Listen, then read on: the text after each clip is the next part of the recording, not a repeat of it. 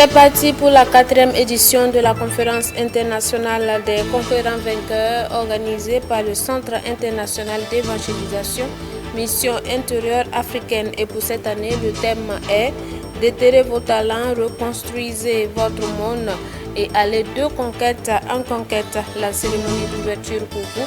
Dans quelques instants, voici pour le sommet de ce journal. Fidèles téléspectateurs, bonsoir. Merci de nous rejoindre. Adopté en Conseil des ministres en octobre 2024 et lancé officiellement en 2025, l'initiative présidentielle Faso Mebo reçoit toujours les dons des Burkinabés qui veulent voir nos villes et villages embellis et assainis. Il est quasiment impossible de se rendre sur le site situé au sein du lycée Philippe Zenda Kaboré sans voir des rangs de bonne volonté venus donner leur contribution pour un Faso émergent. On voit cela avec Habibalaï Bourema. Lancée au début de l'année 2025 par le gouvernement burkinabé, l'initiative présidentielle Faso Mebo est une politique de développement du Burkina Faso. Elle vise à renforcer le patriotisme et à soutenir les efforts de réhabilitation et d'embellissement des villes et villages du pays des hommes intègres. L'initiative présidentielle Faso Mebo est structurée autour de deux composantes.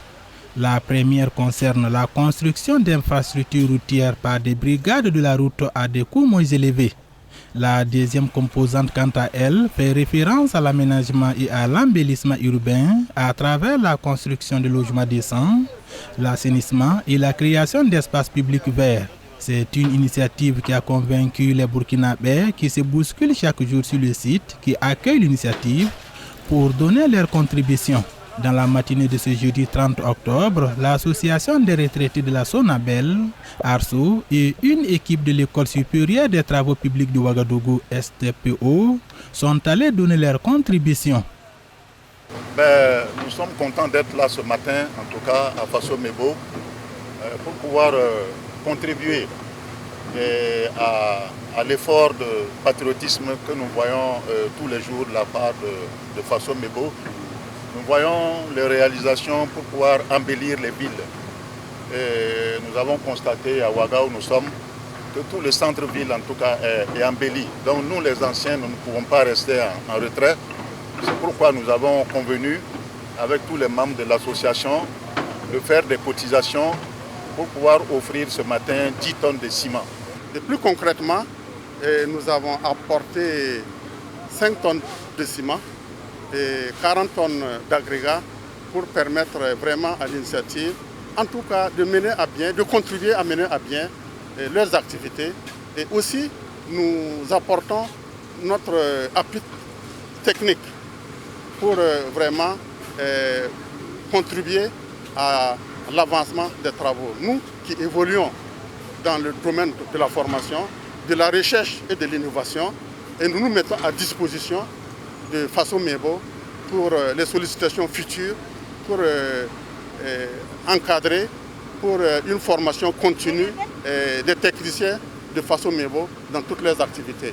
Dans cette calebasse, après le don, ARSO et STPO ont invité les autres associations à faire comme eux afin de donner nos villes et villages un visage reluisant. Nous souhaitons en tout cas que les autres associations, que ce soit des retraités ou des associations de services, suivent le pas, que ce soit à Ouaga ou dans les régions, pour que vraiment nous puissions avoir des localités vraiment belles, pour que tous ceux qui vont visiter ces localités-là sachent que notre pays a un nouveau visage, notre pays a des représentants vraiment qui se soucient du développement de nos villes et de nos localités. J'invite tous les Burkinabés à adhérer à cette initiative en particulier, mais aussi aux autres initiatives du président, pour qu'ensemble nous puissions vraiment porter le Burkinabé haut. En plus de Ouagadougou, Faso Mebo a ouvert ses portes dans plusieurs autres villes du pays. Vous pouvez donc envoyer votre contribution. Les portes de l'initiative vous sont grandement ouvertes. Une célébration, nous en parlons dans cette édition, c'est dans une atmosphère de ferveur et de reconnaissance que l'Église des Assemblées de Dieu Shekina Wenziri Size à Kampala a ouvert mardi dernier les festivités de la célébration marquant ses 20 ans d'existence. On voit cela avec Edmond Tapsoba. Gédéon Tapsoba. C'est ce mardi 28 octobre 2025 à Ouagadougou que s'est tenue la cérémonie d'ouverture marquant les 20 ans d'existence de l'Église des Assemblées de Dieu Shekina Wenziri. Une série de prestations magnifiques est venue illustrer 20 ans d'histoire, 20 ans de gloire et 20 ans de reconnaissance envers Dieu.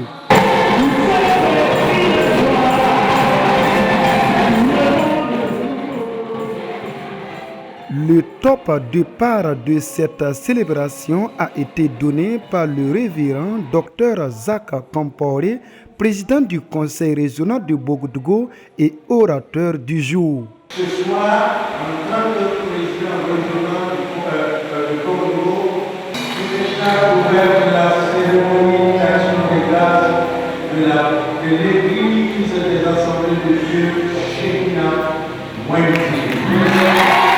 Et voilà, c'est parti pour la célébration d'Action de grâce.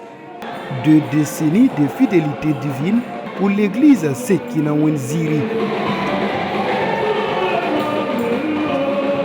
Selon le pasteur principal, le révérend François Xavier Kampore, après un long parcours marqué par de nombreux miracles depuis 2005, il était temps pour la communauté de marquer un arrêt pour rendre grâce à Dieu pour ses bienfaits et ses exploits dans leur ministère. C'est 20 ans d'histoire, 20 ans de gloire, 20 ans de reconnaissance. Et en fait, ce qui nous motive à dire merci, c'est parce que nous avons vu des miracles au milieu de nous. Les miracles de la vie, des malades qui ont été guéris, beaucoup de miracles qui ont été faits ici et aussi beaucoup de bénédictions. Quand on a commencé, il y avait peut-être 2 ou 3 motos ici et le reste c'était des vélos. Aujourd'hui, quand vous regardez notre parking, il est plein de véhicules, plein de motos. On a un parking moto qui est devenu trop petit à cause des grâces que les uns et les autres ont reçues. Et sur le plan spirituel, nous avons aussi grandi. L'église aussi a grandi en nombre parce que nous avons plusieurs annexes. Et parlant d'annexes, nous en avons 7 de fonctionnels. Il y a 3 qui sont en cours plutôt. Nous avons les terrains, nous avons acquis les terrains. Il nous reste à réaliser les constructions. Nous avons 3 églises missionnaires, ça veut dire que c'est des églises que nous avons construites à Dori, à Gawa et à Fada, mais qui ne nous appartiennent pas. Une fois construites, ces églises sont données aux différentes régions dans lesquelles elles sont pour une gestion efficace. Souviens-toi de ton humble commencement. Contente-toi de la fidélité de Dieu. Et reste humble avant ou après l'élévation. C'est autour de ces 3 points forts que le révérend docteur Relwende Zakompore a bâti son enseignement. Il s'est appuyé sur un passage biblique tiré de Genèse 32:10. Je suis trop petit pour toutes les grâces et pour toute la fidélité dont tu as usé envers ton serviteur, car j'ai passé ce Jourdain avec mon bâton et maintenant je forme 2 camps. L'orateur a souligné que la reconnaissance doit demeurer au cœur de la marche chrétienne malgré les épreuves et les défis rencontrés. Le résultat que j'aimerais avoir en traitant ces 3 thèmes, c'est de susciter auprès des fidèles de savoir que la reconnaissance est une chose très importante devant Dieu. Et Dieu aime ses enfants lorsqu'ils rendent des actions de grâce. D'abord, quand vous regardez dans l'Ancien Testament, les différentes offrandes que Dieu a instituées, dans chaque offrande, on termine par une offrande d'action de grâce. Ce qui veut dire que Dieu lui-même veut que l'accent soit sur ça. Et j'aimerais que les fidèles de cette église, en ces 20 ans d'existence dans ce quartier, de pouvoir de tout leur cœur remercier Dieu pour ses hauts faits, pour ses bienfaits, tout en restant humble. Dans cette humilité, Dieu encore élève. Et c'est pour cela que j'ai eu à traiter ces quelques points. Malgré les difficultés, quand on sert le Seigneur, on ne voit pas un homme. Confie Daniel Bunkungu, diacre depuis 20 ans, aux côtés du pasteur François-Xavier Compaoré. Un témoignage de fidélité, de loyauté et de persévérance au service de Dieu et de son Église. Je suis venu juste après l'ouverture et depuis 20 ans, on a vu vraiment la main de Dieu sur notre vie et dans tout ce que nous faisons. Chacun dans sa maturité, et nous servons le Seigneur, on ne sert pas un homme. Et à partir du moment où nous servons le Seigneur, quelles que soient les difficultés, on ne voit pas l'homme, on voit Dieu. Pour les 20 ans de l'Église, ce que nous avons à dire au Seigneur, c'est de dire merci, d'être reconnaissant pour toutes les difficultés qu'il nous a donné de surmonter et pour ce qui nous donne de tenir ferme toujours dans la foi. Dans le cadre de cette célébration, plusieurs activités sont prévues pour magnifier le Seigneur. Prières, louanges, danse, enseignement et moments de résistance spirituelle. Selon le pasteur Xavier, ces activités permettront à tous les fidèles de revivre les grandes étapes de leur histoire et de témoigner la fidélité de Dieu. Aujourd'hui, c'était l'ouverture avec la région. Donc vous avez vu que le président de la région, le docteur Jacques Compaoré, était là. Il a donné un message très puissant, un enseignement puissant sur la reconnaissance. Et moi, j'ai profondément touché. Demain, c'est une soirée d'enseignement avec le docteur Balbonnet, Timothée, qui est le président des Garants. Après-demain, c'est une soirée de louanges, donc un grand concert, une soirée de louanges et de reconnaissance. Vendredi, c'est un enseignement avec notre ami suisse qui est là. Et le samedi, c'est le grand jour, le jour de la réjouissance, le jour de l'action de grâce. Et c'est le jour qui va marquer vraiment la fin de ces activités au milieu de grandes réjouissances que nous allons apporter au Seigneur. À ce jour, l'église des Assemblées de Dieu Sekina Onziri compte plus de 1000 fidèles. Tout au long de la semaine, les fidèles se rassembleront pour prier, louer, adorer et célébrer Dieu pour ses 20 ans d'histoire, de gloire et de reconnaissance.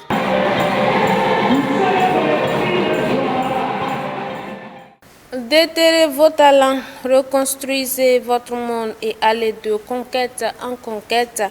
Tel est le thème de la 4e édition de la conférence internationale des conquérants vainqueurs. Organisée par le Centre international d'évangélisation, Mission intérieure africaine, cette conférence se veut une tribune de transformation, d'élévation et de conquête spirituelle. La CICV 2025 a ouvert ses portes ce mercredi à l'Église des Nations Eden TBI en présence de Touda Sida Salam Drogo, Yannick Kabori.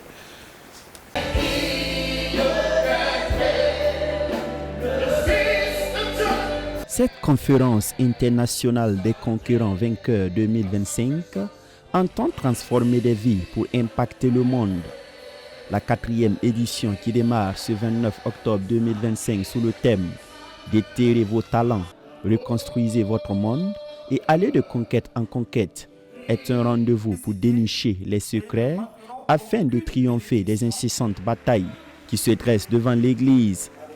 Cette édition-là, nous voulons aller un peu plus en profondeur parce que jusqu'à présent, ça a été souvent les bénédictions que les gens veulent. C'est une bonne chose d'avoir des bénédictions, mais l'assurance est que nous devons aller dans les racines profondes pour nous assurer beaucoup de choses. J'ai voulu aujourd'hui prendre le courage à 2 mains pour dénoncer ces choses, pour que les croyants, je dirais les croyants, commencent à voir la réalité de ce qui se passe dans le monde autour d'eux. Si nous ne faisons pas cela, nous risquons d'être surpris. Vous voyez toutes ces choses-là, presque en 2 ou 3 ans, comment le monde est rentré dans des troubles avec des guerres de tous les côtés, des choses. Nous allons passer à la 2e étape à partir de 2026 et tout. Alors si nous ne prévenons pas les gens, ils vont se jeter dans des troubles. Le thème, c'est tout juste le mystère. C'est-à-dire que je garde, ce n'est pas un mystère bizarre, non. Mystère ici, c'est mystérieux, donc dans le cadre de secret qui doit être révélé aux gens, comment s'en sortir, comment résister à toutes ces choses-là qui attaquent la jeunesse, qui attaquent les autorités, qui attaquent le monde et qui amènent les gens à douter de la réalité de Dieu, à douter de la réalité de eux-mêmes. C'est-à-dire qu'il amène des culpabilités, des complexes d'infériorité. Les gens ne croient pas en eux-mêmes. 4 jours durant, du 29 octobre au 1er novembre donc, un fastueux programme de restauration attend les participants de la CICV. L'heure de gloire a sonné pour l'Afrique et le fondateur délégué du CIE MIA l'avait déjà annoncé. J'ai commencé ça en 2022. Pourquoi? Parce qu'en 2020 déjà, j'avais annoncé lors d'une grande conférence que j'ai tenue à Cotonou au Bénin que 2020-2030 est la décennie de l'expansion de l'Afrique. Les gens ont rigolé. Le soleil s'est levé sur une partie de l'Afrique et venait tout doucement sur l'Asie et tous les continents ont été visités. Il reste le continent africain. Et les Européens savent avec certitude que le continent africain va se réveiller. Ils cachent les documents. J'ai montré les documents des autorités de ce pays. Dans d'autres pays, l'Afrique va se réveiller qu'on veuille ou pas. Mais j'ai dit 2020-2030, nous aurons une jeunesse qui va se réveiller à tout point de vue.